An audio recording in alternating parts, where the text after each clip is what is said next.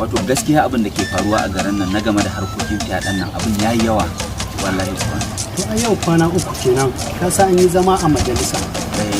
To ni da kunni na naji sanatan Kaduna ta tsakiya Ubasani ya yi matukan goyon bayan gwamna Malam Nasiru El-Rufai akan wannan hukunci da ya zartar akan dukkan wani wanda aka kama da laifin fyaɗe a dandake shi ko a rataye shi. Ya yi daidai. Ai ma na matukan jin daɗin wannan. Kuma ka san an ce ya kai ziyara wancan anguwan kurmin mashi. Kwarai kuwa ya kai ziyara game da batun yarinyar da aka yi mata fyaɗe kwanakin baya da ya wuce da kankanuwan yarinya. Kuma an ce har ya ga iyayen yarinyar mu.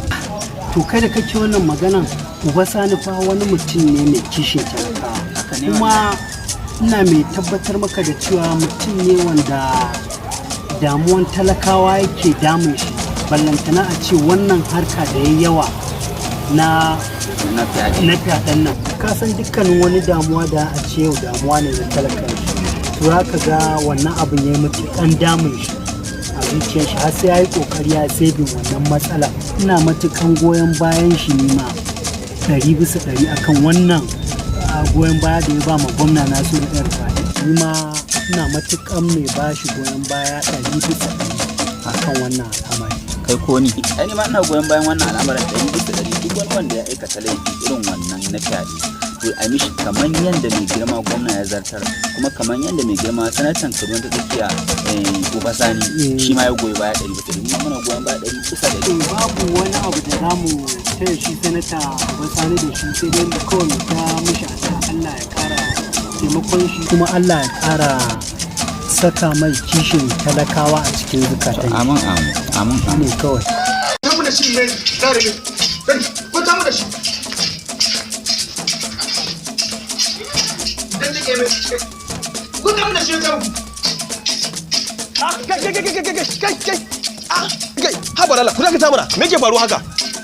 Wannan da kake gani shine mutumin da ya dade a nan layin, sai ya shigo unguwan nan ya rinka mai ƴaƴa mata ƙanana faɗe. Subhanallahi, inna lillahi wa inna ilaihi raji'un. Mu yanzu shi za muka kama shi saboda dubunci ta cika yau. Muke so mu kwantar mun da shi zare mai ƴaƴa. Ai ba za ku ɗauki doka a hannunku ba. Bai cancanta muna ɗaukan doka a kanmu ba. Kai abin da suka faɗa haka yake? Wallahi tsautsayi ne Allah. Tsautsayi? Amma kai mutumin banza ne wallahi. Baka kyauta ba. Jiba fuskan kai fuska irin ta mummunai. Yanzu saboda Allah irin wannan aika da ka aikata, idan da a ce yarka aka aikata muwa fa, ko kuma aka ce wata kannuwanka ko kuma matanka, kai a wayi gari ka je ka shiga gida ka ji an ce an aikata irin wannan aika akan mahaifiyarka, ya za ka ji a ranka? Zan ji daɗi ba. Amma shine kaje kana aikata ma 'ya'yan waɗansu. Ai bai yana dama ba. Ku dakata.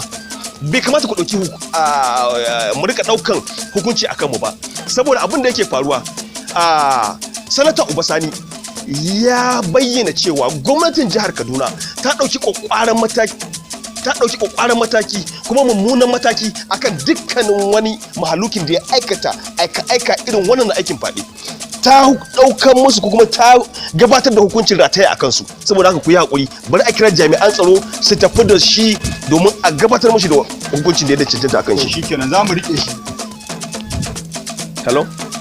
Yau ranka da ofisa? Insha da Allah abin da nake so a dan gaggauta a turo mana jami'an tsaro nan unguwarmu. Kan Damawa Road. Nagode. Yawwa. Irin wannan bai dace ba. Kar ku dauki doka a hannunku. Mu jira bari jami'an tsaro su zo su tafi da shi. Bari ya zo. Ofisa ya zo a gaban mu a tafi da shi, muna gani. Yawwa, da Allah ofisa. Wannan za a tafi da shi a ji a bincike shi akan tuhumar da ake masa. Na'am. Yawwa. Dama an dade da kawo mana kokenka. Muna neman ka dama. Saboda haka na wanda arrest. Shi nan. Ai ofisa idan ka bari dan Allah ofisa dan ko ba yawa ne a ban mai balin so ban da shi ofisa. Ku je ku ga abin da zai faru da kanku.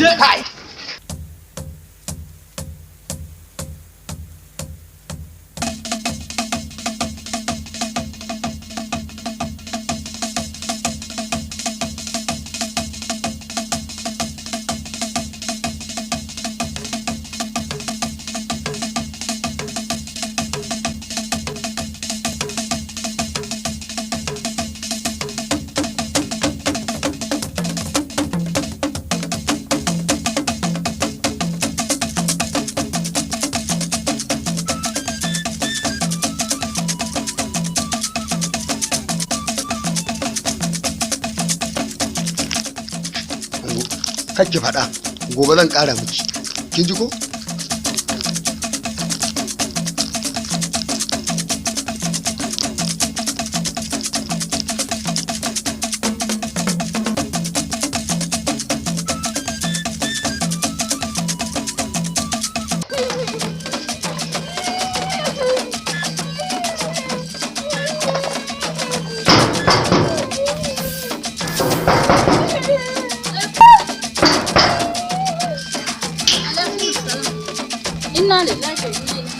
Abdullahi, me yake faruwa? Wallahi a can wancan wajen shugaban wancan mutumin wa yake malam wane ne Sharibu a can naje na same ta a yashe tana kwanci a ƙasa. Ina kyautata zaton wallahi ɗan wa'innan ƴan fyaɗen. Inna lillahi wa inna ilaihi raji'un. Ka ce abin da ake a gari ya zo gida na.